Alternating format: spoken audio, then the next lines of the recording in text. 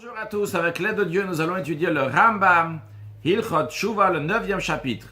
Perek Chi Halacha Aleph. Me'achar shenoda shematan scharan shel mitzvot. Sachant que la récompense pour les commandements, Ve'atov Hashem nizkela, et le bien que nous méritons, im shamanu derech Hashem, si on a gardé, on a suivi les voies de Dieu, à Katuv Batorah, qui est écrit dans la Torah, Yichaye Olam Haba, c'est la vie du monde futur, comme le Rambam l'a expliqué dans le chapitre précédent, que la finalité, c'est le monde à venir. Shenema, comme la Torah dit, les man yitavlar, afin qu'il te soit fait du bien. Ve'arachta yamim, que tu prolonges tes jours. Et on avait déjà appris de quoi s'agit-il. Il s'agit donc du bien et allonger les jours dans le monde à venir. Vaneka mashenok minan reshaim, d'un autre côté, on a appris que la punition, qu'on punit les impies chez Azvu Ochot HaTzedek, qui ont abandonné les chemins, les voies de la justice, Haktuvot Batorah, qui sont écrits dans la Torah. C'est quoi la punition? Hi akaret, c'est le retranchement. Shenema, comme il est dit, hi karet anefesh ha'i. Retranché sera retranché cette âme. Avonaba, elle a sa faute. On a appris que ce karet, ce retranchement, c'est dans l'olam haba, c'est dans le monde à venir. Donc ça, c'est ce qu'on a appris dans le chapitre précédent. Maintenant, le Ram va nous dire, d'après cela, a priori se pose une question. On va dire la question oralement, après on va la voir sur le texte. A priori, la question, elle est qu'on voit dans la Torah, que très souvent la Torah, elle dit, si vous allez garder mes commandements, vous allez avoir ci et cela. Et si vous n'allez pas garder mes commandements, eh bien, vous allez avoir ci et ça. Donc, d'un côté, pour faire le bien, on va avoir du bien. Pour faire le mal, on va avoir du mal. Alors, c'est quoi ce qui est écrit dans toute la Torah? Im tishmu, si vous allez écouter, yagi alachem, vous allez avoir du bien dans ce monde-ci. Im lo tishmu, si vous n'allez pas écouter, yikra etrem, ça vous arrive du mal dans ce monde-ci. Tous ces choses que la Torah promet dans ce monde-là, qui gon sova, comme la satiété, verav d'un autre côté la famine, ou bien milcham à la guerre, d'un autre côté veshalom la paix, ou bien malchut la souveraineté, veshivtut l'abaissement, ou bien veshivat haaretz établissement, ça s'établir, s'installer en Eretz Israël, en terre sainte, vegalut, ou bien le contraire, l'exil d'Eretz Israël, vatzlachat maaseh, la réussite dans les actions, ou bien vefsed, ou bien l'échec.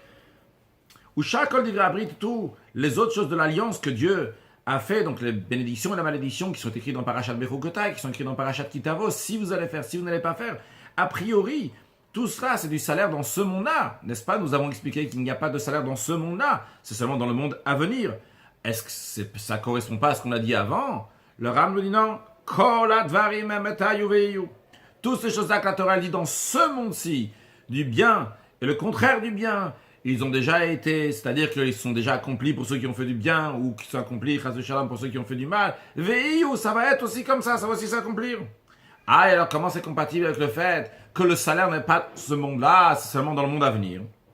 Le Rambam m'explique, au bisman shanosim kol hamitzvot Torah.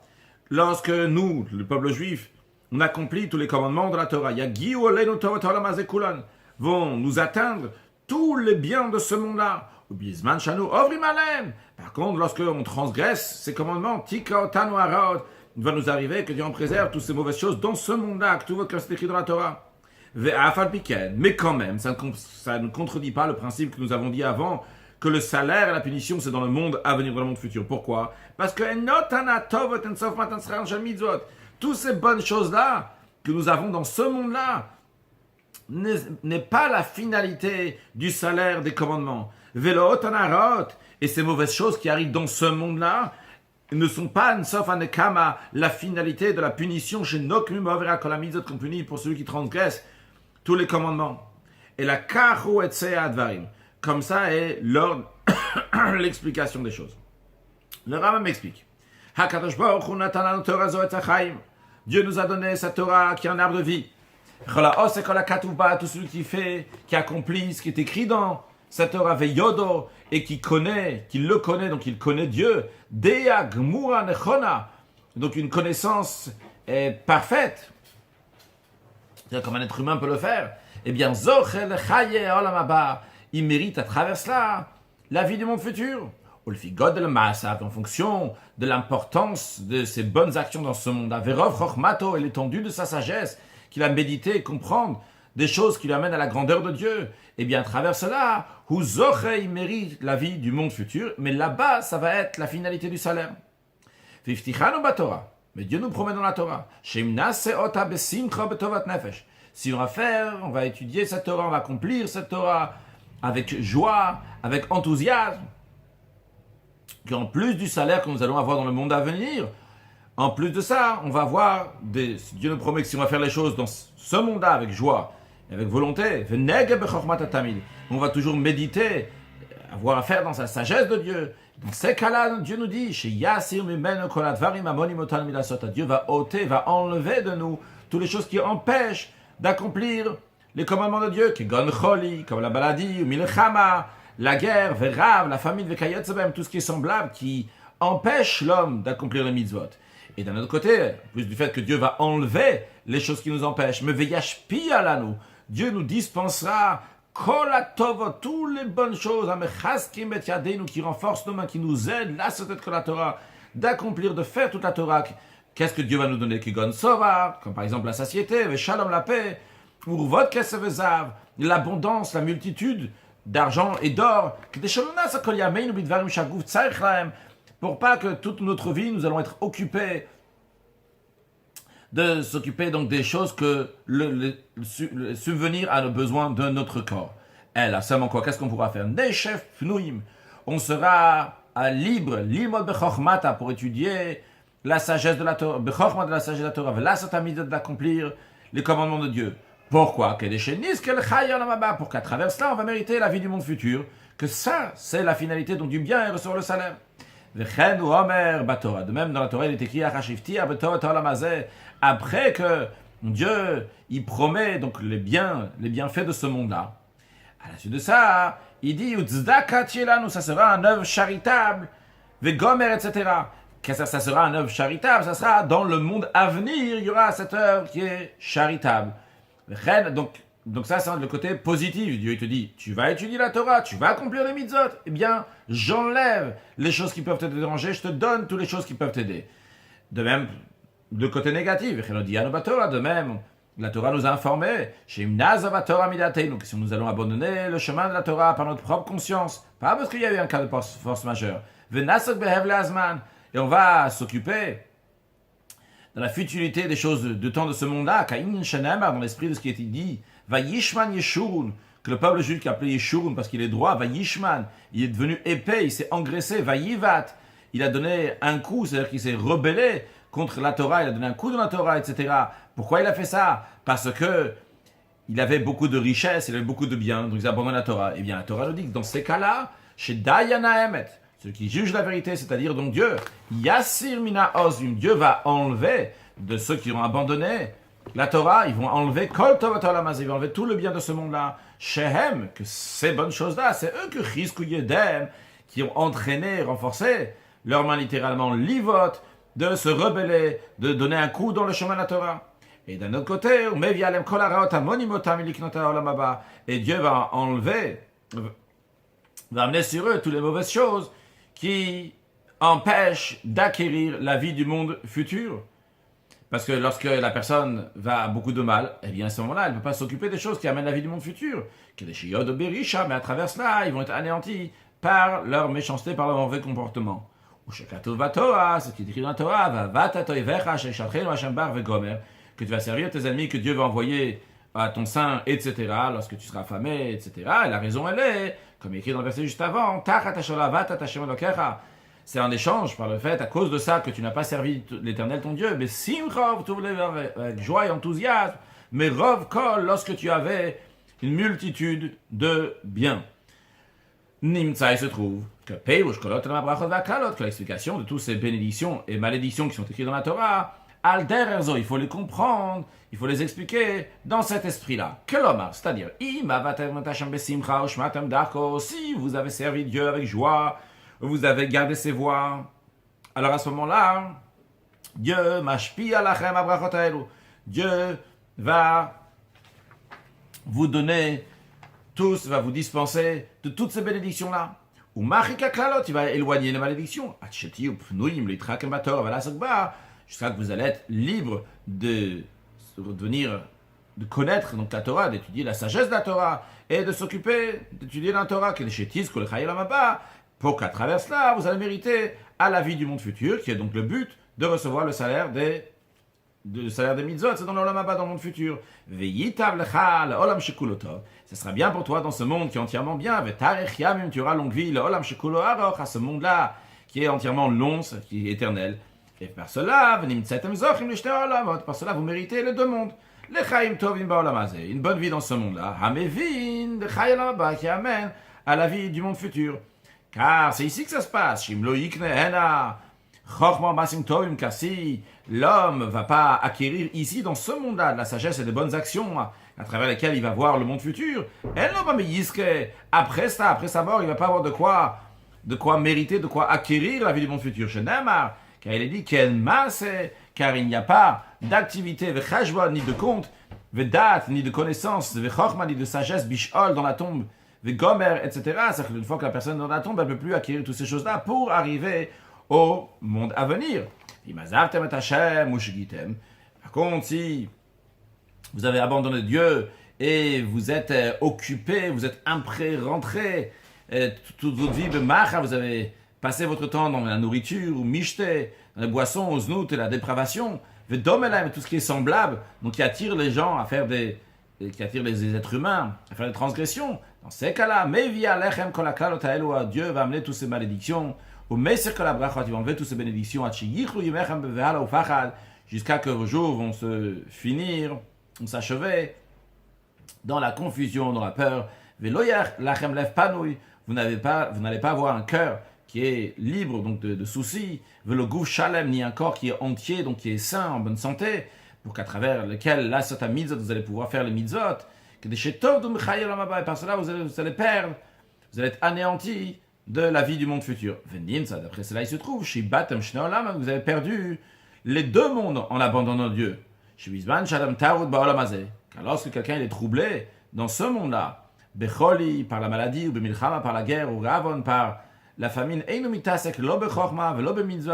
peut pas s'occuper ni de la sagesse de la Torah, ni dans l'accomplissement des mitzvot de la Torah, qu'à travers eux, à travers l'étude de la Torah, l'accomplissement des mitzvot, on mérite à la vie du monde futur. Donc en deux mots, le Rambam nous a dit ici que tout ce que Dieu nous promet dans la Torah, si on va faire, si on ne va pas faire, ce n'est pas un salaire, mais c'est juste un moyen pour bien pouvoir étudier la Torah. Si Dieu il voit que tu étudies la Torah, tu accomplis les mitzvot, tu vas dire très bien, tu fais bien ton travail, je vais te donner tous les outils qu'il faut pour pouvoir bien servir Dieu. Par contre, si tu ne le fais pas, chas shalom, eh bien, Dieu va enlever tout cela, mais on maintient ce que nous avons dit dans le chapitre précédent, que le but, la finalité du salaire, c'est dans le olam haba, dans le monde futur. Halacha bet.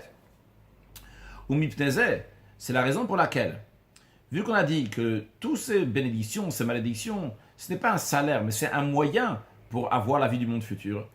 Alors le Rambam nous dit que c'est la raison pour laquelle que Hitavu Kol Israël, ils ont énormément désiré tout le peuple juif, Nevi'em, leurs prophètes, Vechachmem, leurs sages, Yimot HaMelech HaMashiach, l'époque du roi messianique, que les Shiyanuchum Bachut HaRasha, pour qu'ils vont être affranchis, afin d'être affranchis donc du royaume impie qui est là pendant l'exil, She'ina Manachat Lem l'Israël, qui ne laisse pas le peuple juif, Lasok Batorah Bamitzot Kahogen, d'étudier la Torah, d'accomplir le mitzvot comme il se le doit. Les sages donc veulent l'époque messianique. Quand le Mashiach va venir, et bien à ce moment-là, ils vont avoir donc la tranquillité de cette soumission au peuple, et ils vont pouvoir acquérir encore plus de sagesse. Mais tout ça, pourquoi ils veulent l'époque messianique? C'est pour qu'après, par cette époque messianique dans laquelle ils vont étudier la Torah, ils vont accomplir le mitzvot, et bien par cela, ils vont pouvoir s'attacher à Dieu à un niveau encore plus haut lorsque Mashiach va venir. Par cela, après, par ça que Mashiach va venir, donc dans cette époque-là, ils vont pouvoir étudier la Torah et accomplir le mitzvot encore mieux, et par cela, ils vont pouvoir s'attacher à Dieu à un niveau encore plus haut, d'après le Rambam, dans la vie de Olam Haba, la vie du monde futur qui vient après l'époque messianique. Qu'est-ce qui va se passer lorsque Mashiach va venir? Le Rambam nous expliquera ça plus dans le 14e livre à la fin, mais il est déjà ici sur le bout de la fourchette. Il nous dit qu'à cette époque-là, l'époque messianique, Tirbeadea grandira la sagesse, la connaissance de Dieu, vers Chorma. Tiradea, donc la connaissance de Dieu va grandir, vers Chorma, la sagesse, va Emet, et la vérité. Et on apprend ça des versets, Shenem a écrit qui malarz dea et Hashem, il y a écrit que la terre sera remplie de connaissance de Dieu. Venemar, il est dit, que un homme va pas enseigner à son ami, etc., en disant, donc, connaissez Dieu, parce que tout le monde va connaître Dieu. Donc on voit que tout le monde va avoir la connaissance de Dieu. Enfin, Nehemar, il a dit, je vais enlever le cœur de pierre de votre chair. Donc, on n'aura pas un cœur en pierre, donc on aura le Emet, on aura la vérité. Et comment ces choses-là vont se rajouter, vont se multiplier, vont s'agrandir lorsque Mashiach va venir? La raison, elle est parce que par le roi Mashiach, car ce roi, donc Mashiach, qui va descendre, qui va se lever, donc de la lignée de David Amelech, il sera un grand sage, on savant encore plus que le roi Salomon, qui était Chacham Mikoladam, qui était le plus grand sage. Venavi Gadolou, un très grand prophète, Karov le Moshe Rabbeinu, proche à la prophétie de Moshe Rabbeinu. C'est la raison pour laquelle, vu qu'il aura une grande sagesse, une grande prophétie, Yilamed Kolam, le roi Mashiach va enseigner tout le peuple, le plus grand, le plus petit. Il va leur enseigner la sagesse de la Torah. Veyoreotam derech Hashem, et il va leur indiquer la voix de Dieu. Veyavo kol hagoyim leshomo, et toutes les nations, tous les peuples vont venir pour l'écouter, comme il est écrit dans le prophète Ishaïa, Shanamar. Vehaya, s'il est dit, Vaya behachit hayam, ce sera à la fin des temps. Nachon yarash bet Hashem berosh harim, la maison de Dieu sera établie, la montagne de la maison de Dieu sur le sommet des montagnes, Gomer, etc. Et dans la suite du verset, il y a écrit que toutes les nations vont aller chez lui. Mais bien, le Rambam insiste, bien qu'à l'époque messianique, ce serait une époque extraordinaire, mais sauf à Sachar Kulo, la finalité du salaire entièrement, Ve'atova Acharona, et le bien final chez En la Efsek, qu'il n'a pas d'arrêt, qui est éternel, Ve'logeron, c'est si grande perfection qu'on ne peut pas enlever aussi cette perfection. C'est la vie du monde futur. Avalimot Mashiach, mais en ce qui concerne l'époque messianique, ou à Olam Hazé, donc qui est ce monde-là matériel, non pas le Olam Haba, Ve Olam Kiminago Olech, le monde suit son cours d'après le Rambam. Elle a seulement quoi? Shamar Chotazor Israël, seulement quoi? Le règne, la royauté reviendra au peuple juif, donc ils auront la tranquillité pour pouvoir étudier la Torah, parce qu'il n'y aura pas la soumission au peuple.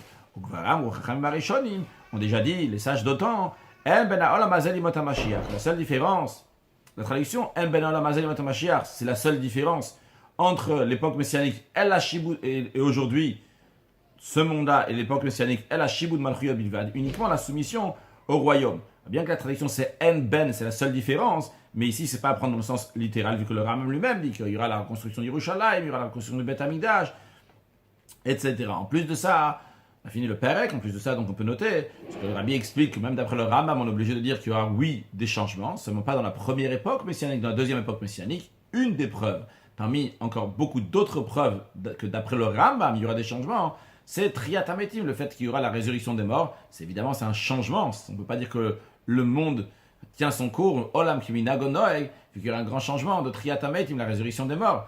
Donc il y aura des changements, mais ça sera dans une deuxième période. Pour conclure avec un sujet de Chassidut. La Chassidut, c'est expliqué pourquoi la Torah nous parle de ces choses matérielles, aussi bien aujourd'hui, si on va servir Dieu, et aussi bien lorsque Mashiach va venir. La Chassidut explique que tout le matériel dépend du spirituel, ce qui est évident. Il n'y a rien ici de matériel qui ne découle pas du spirituel.